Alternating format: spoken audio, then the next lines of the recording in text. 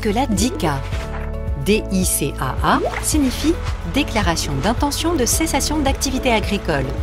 C'est un outil pour favoriser la transmission et l'adaptation des exploitations en faveur de l'installation agricole. Le formulaire est envoyé par la MSA, Mutualité sociale agricole, plusieurs années avant la retraite.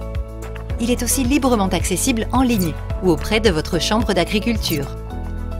La DICA doit être complétée et signée par l'agriculteur impérativement au moins 3 ans avant leur départ à la retraite et renvoyée à la chambre d'agriculture.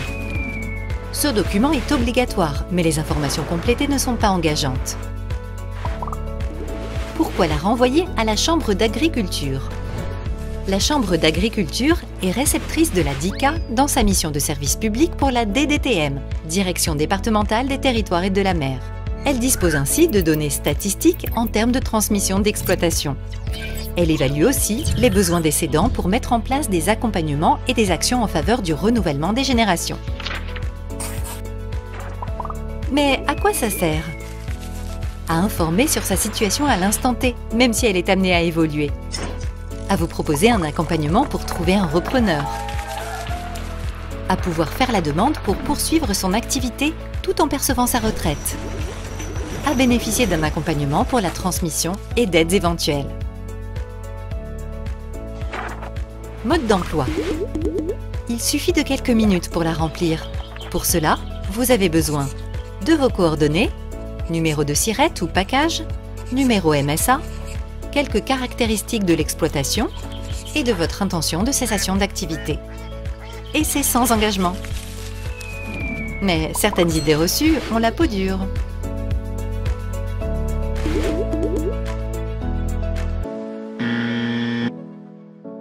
Quand j'ai commencé à penser à la retraite, pour moi c'était simple.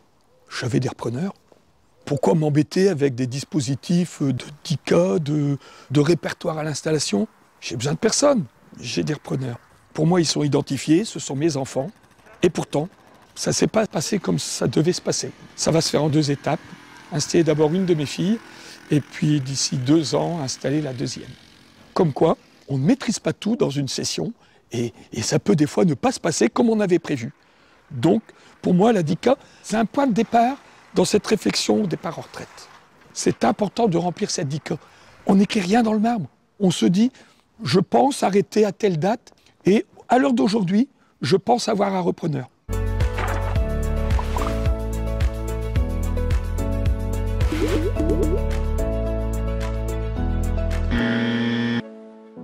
J'envisageais de vendre l'exploitation pour avoir un successeur. Je me suis donc inscrit au RDI pour cela. Donc j'ai fait la DICA bien en avance, au moins 10 ans avant, pour retrouver les candidats. De fil en aiguille, ils sont venus voir, ça leur a plu. On est en protocole d'accord pour l'installation. En parrainage en premier temps et en GAEC en deuxième temps. Ce qui facilite la transition pour les gens qui connaissent plus ou moins l'élevage. Ça nous oblige à se projeter et à penser à sa retraite. On n'anticipe jamais trop un changement radical dans sa vie. Il n'est jamais trop tôt pour penser à sa retraite. Dans les textes, c'est 3 ans minimum. Pour moi, 3 ans, c'est même à peine assez. Il faut l'avoir vécu. C'est le minimum requis pour avoir droit à l'accompagnement.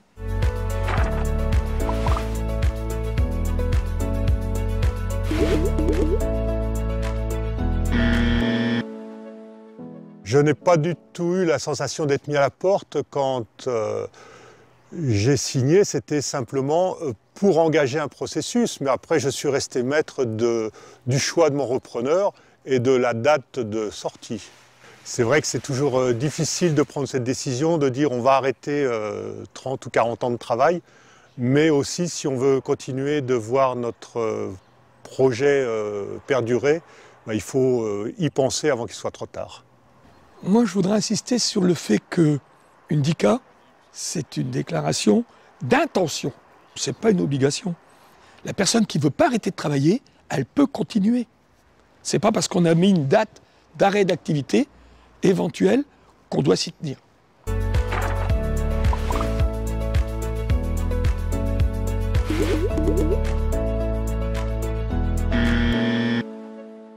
L'ADICA, c'est assez simple à remplir en fin de compte. Ça nous permet d'enclencher vraiment cette réflexion par rapport à notre travail d'activité. Nous avons donc rempli ce formulaire, qui est d'ailleurs très simple. Il ne faut pas se formaliser sur ce genre de choses. S'il n'y avait que ça comme formalité en agriculture, ce serait bien. Alors l'ADICA, c'est un papier tout simple qui est à remplir, obligatoire. Donc bon, ça fait partie des premiers papiers qu'on a fait, quoi, voilà. Alors l'ADICA n'est pas engageante du tout, mais ça permet d'entamer toutes les réflexions à suivre. D'un point de vue social, pour pouvoir percevoir ses droits à la retraite, il faut pouvoir justifier de s'être démuni du foncier. Poursuivre l'activité agricole tout en percevant ses droits à la retraite, c'est possible.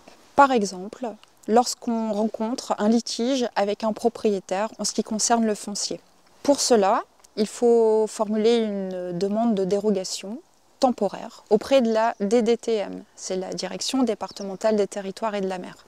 Pour pouvoir faire cette demande, il faut préalablement avoir retourné sa DICA. L'avoir retourné 3 ans avant, c'est important. Sinon, la demande ne sera pas étudiée. On ne vit qu'une seule fois, un départ en retraite dans sa vie. On n'est pas forcément prêt. Il y a des incidences fiscales, il y a des incidences sociales, et on peut se faire accompagner. Donc, vraiment, cette DICA n'a que des avantages.